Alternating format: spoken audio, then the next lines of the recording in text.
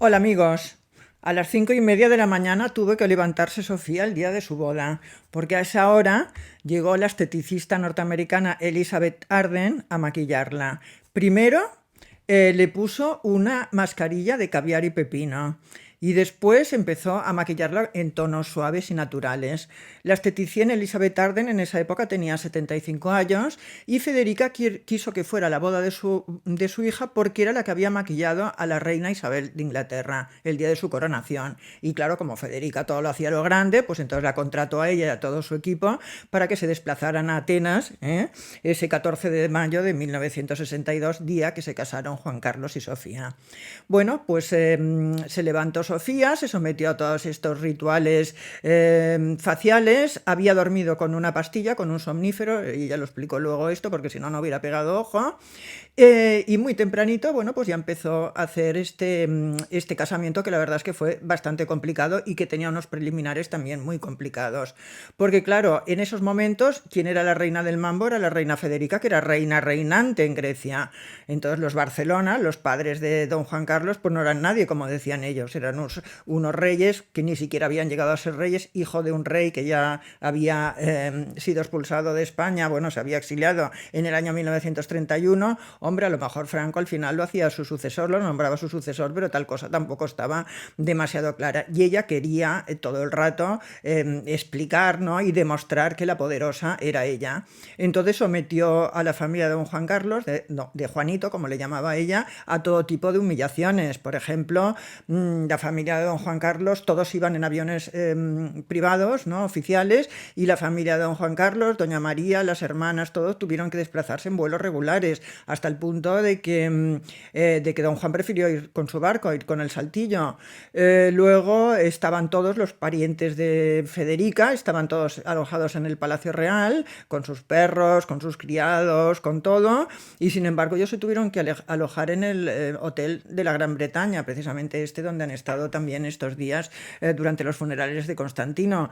Los trataban con bastante insolencia en el hotel, dice que el servicio no era bastante antipático, pero también es cierto que una prima de don Juan Carlos también explicó que es que iban con ropa interior por los pasillos porque no estaban acostumbrados primero a la buena calefacción y no estaban acostumbrados a las moquetas. En esa época la moqueta era un lujo casi desconocido en España. Y a todos estos príncipes pues les encantaba correr por encima de las moquetas porque les parecía de un lujo muy sofisticado. Pero bueno, eran humillaciones a las que se sometía a la familia, y quizá la más dolorosa era que cuando entraba don Juan de Borbón, el padre de don Juan Carlos, en los sitios, lo preceptivo, lo protocolario es que sonara la marcha real. Bueno, pues los músicos siempre fingían equivocarse y le tocaban un pasadoble torero. Y entonces, claro, este señor, don Juan, que era una persona alta, voluminosa, con bastante peso, y encima iba un poquito escorado al caminar, pues la verdad es que se sentía muy ridículo cada vez que tenía que entrar en los restaurantes, en los eventos, en las cenas oficiales que hubo antes de la boda, a los sones del pasodoble torero, y la verdad es que cogía unos cabreos impresionantes porque tenía mucho carácter. Bueno, el caso es que cuando llegaron a la boda, pues todos estaban enfadados. La familia de uno estaba enfadado con la familia de otro, y no solo estaban enfadados las familias, sino que estaba enfadado también el país. En esa época la monarquía ya estaba muy cuestionada. A Federica la tenían por una mujer poco escrupulosa con el dinero, por decirlo de alguna forma amable, como si dijéramos. Estaban Papandreou y Karamanlis, que eran los jefes socialistas, jefes de la oposición, y que realmente todos hacían todo lo posible para derrocar la monarquía porque querían un régimen republicano, bueno, lo que hay ahora. Y concretamente, bueno, Papandreou hizo un gesto público que salió en la portada de varios periódicos, que era romper la invitación a la boda, así como gesto, ¿no?, como diciendo que la monarquía pues no le importaba, y lo que le gustaría es que se acabara para siempre.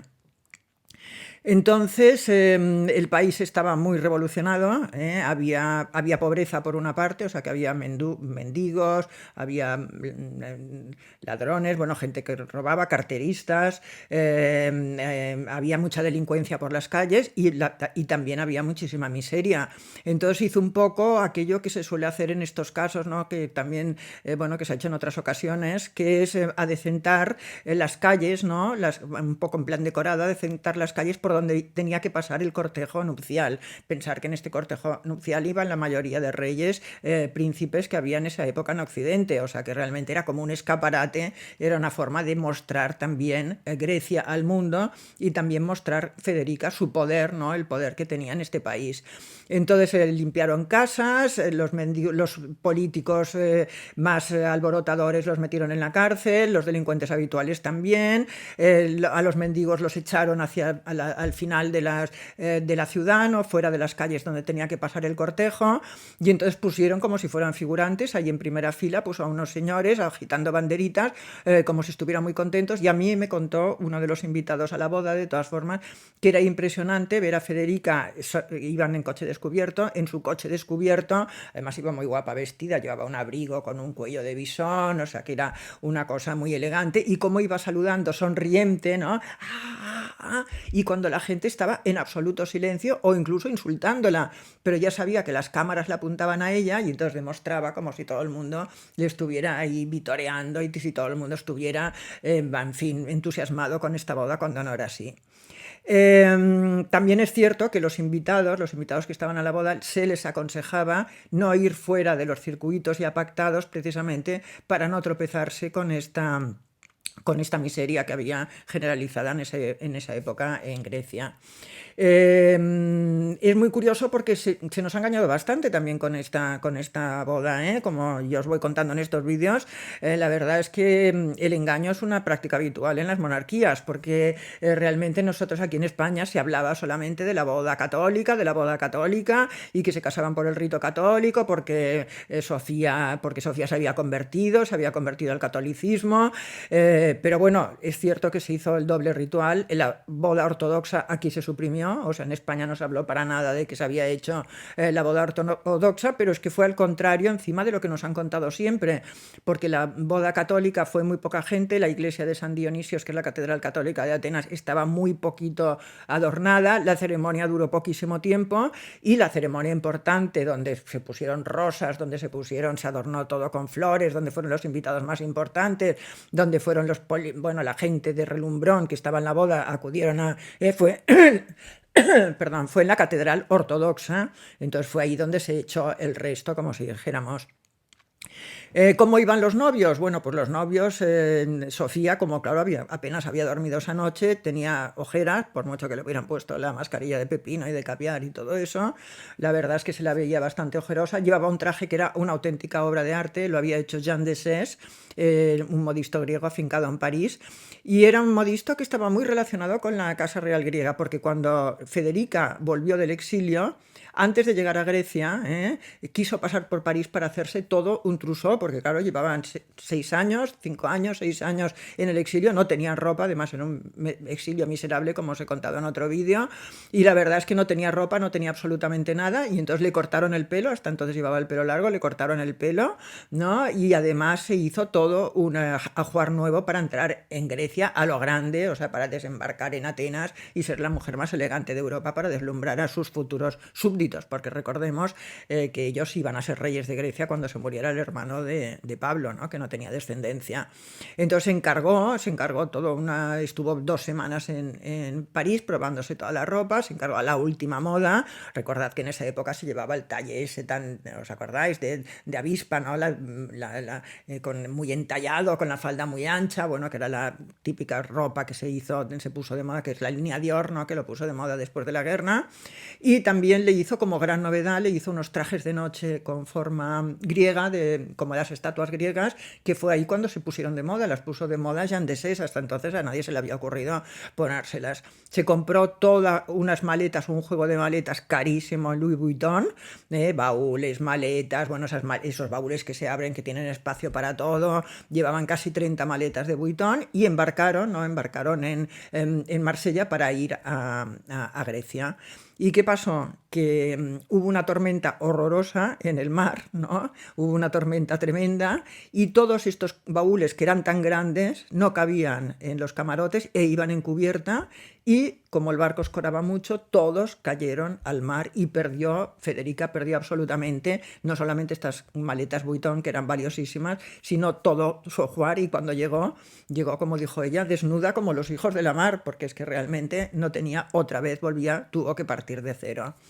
Bueno, os contaba esto porque Jean de Sés había sido el modisto de la familia real griega y era el que le hizo el traje a Sofía. El vestido de Sofía era una obra de arte. Cuando tú lo veías de lejos, tú dices, ay, pues mira, parece un hábito de monjas, una cosa muy sencilla.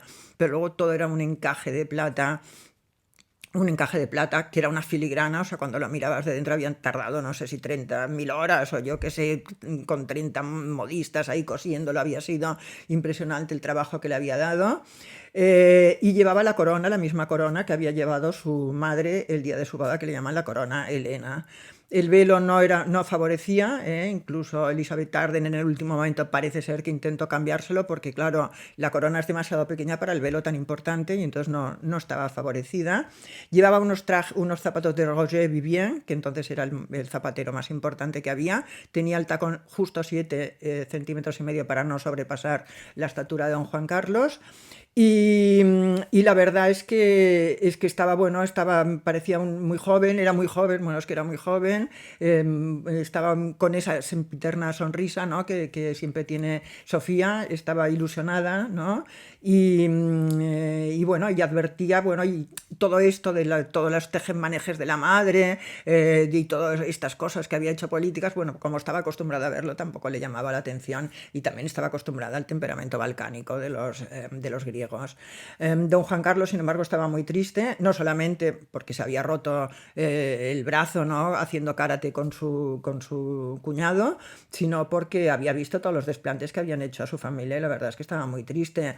Iba vestido sencillamente, él con su traje de teniente de tierra, o sea, no tenía, bueno, llevaba una banda y tal, pero no tenía ningún tipo de...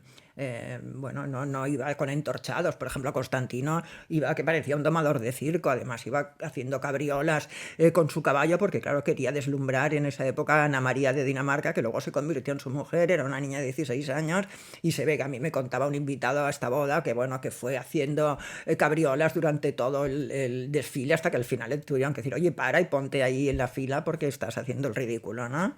Y él estaba, pues, don Juan Carlos estaba muy sencillo, con una expresión muy triste, hay que ver las fotos porque la verdad es que se le nota muy desmejorado. Llevaba en el anillo, en el dedo meñique, llevaba un camafeo del siglo II que le había regalado Federica. Es el primer regalo que le hizo Federica y es el anillo que siempre lleva el rey en el dedo meñique. Y Federica, por cierto, iba con unas joyas fabulosas, iba más deslumbrante todavía que su hija, como os he contado antes, y llevaba las esmeraldas de los Romanov. Son unas esmeraldas fabulosas que no sé quién las debe tener en estos momentos, pero eran, en esa época era el collar, bueno, el conjunto de collar, pendientes y pulsera uno de los más importantes que había en el mundo. Y había una anécdota curiosa porque el año anterior la reina Federica había estado en Nueva York en una asamblea de la ONU junto al embajador ruso Vichinsky, y llevaba estas mismas joyas, y entonces el embajador se inclinó sobre ella y dijo, pues oye, óigame, pues qué joyas más espectaculares lleva, ¿no? Y entonces ella le contestó, sí, eran de los Romanov, esos a los que ustedes asesinaron. Y claro, todo el mundo se quedó planchado y dijeron, no sé si es un acto de audacia, no se sabía si era de ingenuidad o de grosería, o sea, no se sabía muy bien. Bueno, el caso es que llevaba estas joyas, y bueno, y por joyas que no quedé, porque claro, estaban todos los armadores griegos, que iban con todas las joyas, estaban todos los grandes duques, o sea, todo el mundo, pero a pesar de todo, la invitada que llamó más la atención era Grace Kelly. Se había casado con Rainiero ya, iba vestida muy sencilla porque no quería llamar la atención, pero desde luego al lado de las otras, tú ves cualquier fotografía de esa boda y al lado de las otras es como ver un cisne en un estanque de patos, ¿no? La verdad es que es algo patético. Doña María, la madre de don Juan Carlos, no iba muy elegante. Yo ahora me voy a decir una cosa que Bueno, me voy a remitir a un libro, una carta, perdón, una carta que escribió la reina Victoria Eugenia, la mujer de Alfonso XIII, que era la abuela del rey, ¿no? De don Juanito, perdón. Y entonces estaba en esta boda, ¿no? Y le escribió a su prima Vi, que era, además de ser su prima, era su íntima amiga, y le contaba detalles de la boda, le contó eso de que Juanito se había roto la clavícula con el yeso y que se le había pegado el yeso toda la noche, que Sofía había tenido que estar toda la noche esperando el yeso, bueno, muchos detalles curiosos que yo he contado luego en mis libros y que la fuente es esta correspondencia entre Victoria Eugenia y su prima Vi, que está publicada en un libro muy interesante. Y entonces cuando hace referencia a su nuera, a María, a la madre de don Juanito, que yo ya os he contado los problemas que tuvo, ¿no? Dice, la pobre María iba vestida de una forma muy inadecuada, está muy gorda, el vestido le quedaba muy mal, tenía una lengua bastante venenosa, la reina Victoria Eugenia, el vestido le quedaba muy bien, no sé qué parecía con ese tono azul tan feo, y además estuvo durante toda la boda en las viñas del Señor. Cada uno que lo interprete. Creo que solo hay una forma de interpretarlo y como yo ya os he contado los problemas que tuvo doña María, pues bueno, pues creo que este comentario un tanto malicioso creo que queda muy claro. Las hermanas de don Juanito, que también estaban, doña Pilar y doña Margot, también estaban bastante disgustadas. Doña Pilar era dama de honor, era una de las damas de honor, no sonrió ni una sola vez, en ninguna de las fotografías se la ve sonriendo. Y un invitado me contó, uno de los invitados, yo todavía he hablado con gente que estuvo en esta boda, bueno, Jaime Peñafiel, el periodista, también estuvo en la boda, o sea que también puede hablar, pues me contó que la que daba más pena de toda la familia era Margot, la infanta Margarita, es ciega, como sabéis, entonces la habían dejado en mitad de la iglesia, no sabía qué hacer ni dónde ir, no tenía ninguna persona que le dirigiera, la sentaron además entre la gente, no estuvo sentada en ningún sitio preferente, fue muy triste cuando tuvieron que ir de una catedral a otra porque nadie la acompañaba y entonces tuvo que ser alguien espontáneamente que se dirigiera y que la llevara de la mano sin conocerla de nada. Y que solo sonreía cuando sonaba la música, ¿eh? Sabéis que es una gran amante de la música, que incluso toca muy bien el piano, y que solo sonreía y se tranquilizaba cuando sonaba la música. Bueno, la boda terminó y las últimas palabras de Sofía, antes de irse a pasar la noche de bodas al barco Criol, que les había dejado el naviero Niarcos, se giró y le dijo a Juanito, ¿sabes cuál es el lema de mi familia? Y Juanito le dijo, no, pues mira, con el tiempo que llevamos juntos, la verdad es que no sé cuál es el lema de la familia real griega. Y ella dijo, mi fortaleza está en el amor de mi pueblo. Bueno, veremos si los historiadores, ¿no?, del futuro dicen que lo ha conseguido. Bueno, gracias, espero que os haya gustado. Adiós.